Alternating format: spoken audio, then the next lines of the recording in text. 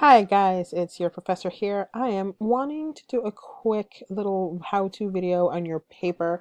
I asked you guys what date and time would be good for face-to-face just to talk about the paper. I didn't get a lot of um, interest in it, so I'm just gonna go do a quick video on it, and hopefully this will answer the questions that you have. So your paper here, like you've had some time to read it through, mull it over. You probably have some questions here. I'm hoping that I can answer your questions in this video. Um, Basically what I want is a 500 to 650 word paper in your MLA format, arguing and exploring the issue of courage and whether courage can make change when the cost of courage is so great, right?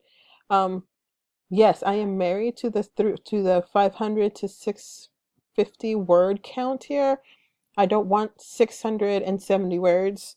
I want no more than 650. So you're going to have to use economy of words here because I don't want anything more than that. Do not turn in 700 words. Do not email me and say, "Oh, it's only 600 and like 75 words. Is that okay?" Um, I'm saying no right now. I will not answer that email. No, no more than 650. I want it short. Um, so let's talk about here. This is your prompt here. Can courage make change when the cost is so great? Really, it's a yes or no question. It's not a maybe, possibly, I think so, I don't know. No, it's a yes or no, right? Because this is an argument class, so you are making an argument. And maybe, possibly, quite maybe, I guess, is not an argument. You don't want any qualifiers, or you don't want any language that is um abstract. You don't want any language that is not definitive, um, and is not using the words to the full potential. Like the word like sometimes it's a great word if you're, you know, sometimes I like tuna fish, sometimes I want chicken salad, right? Works in that instance. Um, can courage make change when the cost is so great? Sometimes, not an argument. So it's either yes or no. You get to use to make the argument, you get to use information from these four stories. No other sources. So I don't want you to go to databases. I don't want you to do Google searches. I don't know. You are going to use information from these four stories. Now, if you've been doing your journals and keeping up with your journals, and kind of understanding and keeping up with your discussions, you probably are pretty prepped to do this, um, piece, or to do this essay. If you haven't, um, you're gonna have a uphill battle. Sorry, but it's true. Also want you to notice how which stories are in italics and which stories have a quotation marks around them. Okay, so make sure that when you're talking about them, you're gonna put them here. All right, so let's go here to the Word document. I want to talk about this a little bit here. I cut and paste the prompt here because we're gonna do a little bit of brainstorming. But here's some big things that I want you to know. So I'm gonna put this in view for you. I'm looking for a 5 paragraph structure. Um, a very short 5 paragraph structure, but I'm looking for a 5 paragraph structure. I'm not looking for all kinds of crazy. We're in the middle of the semester. I'm pretty sure that you've got some things on your plate, including this paper, which is why I gave it to you early, with enough time to kind of mull it over. So I just want a basic 5 paragraph structure, something you should have already learned in 1301, right? Um, or have learned somewhere along the line. I want the thesis in the first paragraph, specifically either the last or second to the last sentence. Warning, if the thesis is not where I ask for, it is an automatic 0 on the paper because I'm going to assume you don't have a thesis. And if you don't have a thesis, you don't have a structure. So I am not going to spend time searching for a thesis that should be where I ask it to be. So I really hope that you take heed. Some people in the past have tested me and have put their thesis in the last paragraph, in the conclusion paragraph, because some enterprising English teacher has taught them that that is an acceptable place to put a thesis. I am saying, while that would have been great for that class, in this particular class, I want it where I want it. Do not vary from this. Really, you do not want to test me. I have broken many a heart when students have tested. So it needs to be in the second to last or second to last sentence in the intro paragraph. It is due November 12th. I'm recording this on the 2nd, so it means you have 10 days to do this paper. Completely doable, by the way, in 10 days. Completely doable. I also want you to concentrate on doing in-text citations in this paper. And the in-text citation looks like this. It's in parentheses. You have the author's last name and the page number and the periods at the end. So say, for example, you're going to quote something or paraphrase something from Vonnegut, right? Which is Harris and Bergeron. You're going to open up the parentheses, put Vonnegut, space, and then the page number you found, whatever information you have. Close the parentheses, period. I would like for you to put it at the end of the sentence just for this paper. Usually I like it right after the quote or right after whatever you're citing. But for this particular paper, just to make it easy, just to make it easier, and we're all uniform, please put it at the end of the sentence. I want you to note that you're not going to put the period, 2 periods, right? So say like you got this from Vonnegut, right? And say he said, I like cats. He probably doesn't, but I like cats. And you put a period here. No, there's no period there. There's nothing. So you're really going to leave the period on the outside. Think of this period as the end of the sentence and this in-text citation or old school parenthetical documentation as part of the sentence. Okay? So let's talk about and brainstorm some thoughts here that we can have on this prompt. Can courage make change when the cost is so great? There's only 2 answers. There's either a yes or no, right? There's no maybe, possibly, nothing like that. So if it's yes, then you need to give me 3 examples here of why, and they need to come from the stories, right? So if it's no, same thing. No, well, give me 3 examples from the stories, right? That's what you want.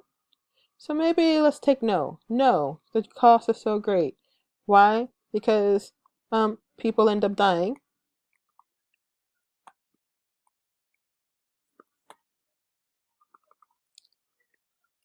The change is minuscule, or I should say, doesn't last long.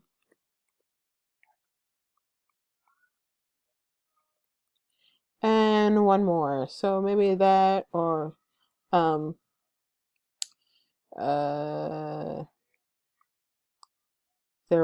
will always be an alternative motive. I'm definitely in monstrous mode, by the way. Right? So here's your 3 reasons for the no.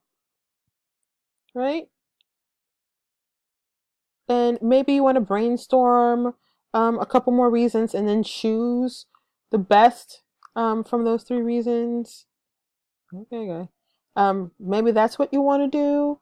And that's fine. I'm using these 3 because I'm just giving an example here. So in this intro paragraph, you're going to not only introduce your wonderful paper, which will be fantastic, and I will be bowled over by your talent and your insight. You're also going to want to mention which stories, poem you used, right? You're going to want to do that. You're going to want to you're going to not only tell me when, but who, so who wrote them, and anything else you want to say. So, for example, if you wanted to use, let's say we wanted to use monstrous and letters from Birmingham Jail for our no example, right?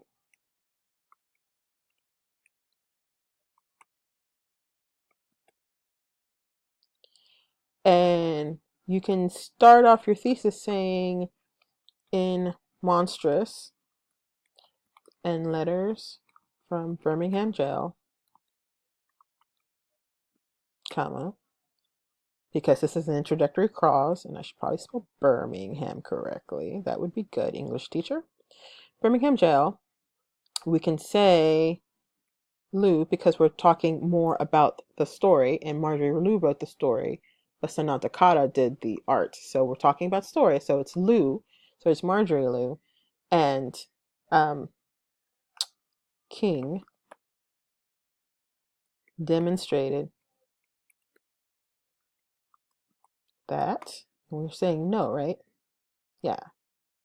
And I have to make sure I want to use this wording. Demonstrated that courage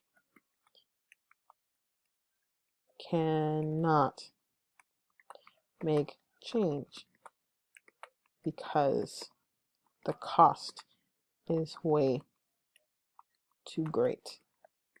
Right? And then here comes the money sentence. The reader knows this because, and here's our 3 reasons from up here, right? People end up dying. That's 1. The second one, the change they sought doesn't last long. And 3, there will always be an alternative motive.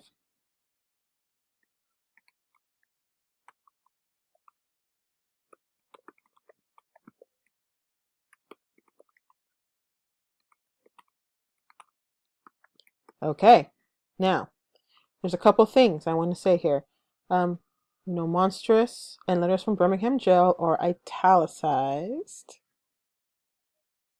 So make sure they're italicized. Letters from Birmingham Jail, that's the complete. And make sure that you get the names of these pieces correctly. You know that that's italicized. We use last names here. And the reason why I use last names here, because I'm pretty sure that when I introduce it, I'm going to use their first name. I'm going to say Marjorie Lou. I'm going to say Dr. Martin Luther King Jr. By the way, that's his entire name. It's not MLK. It's not Martin Luther. It's not Martin Luther King. It's Martin Luther King, comma, Jr., period. But when we're looking and we're seeing, we're putting their names, after we introduce them, we want to use their last names. We don't want to use their first names over and over again. So go ahead and introduce them in the introductory paragraph and use their last names. And you'll use their last names for the rest of the paper. It's a nice little shortcut, right? So we have in monstrous and letters from Birmingham Jail, Lou and King. And note I said Lou and King because I introduced monstrous first and then Birmingham Jail. So it should be Lou and King, not King and Lou, right? Demonstrated that courage cannot make change because the cost is way too great. See what I did here? I made my position clear. Let me see if I can make this smaller here. I made my position clear right there, and there is nothing that is weak about that.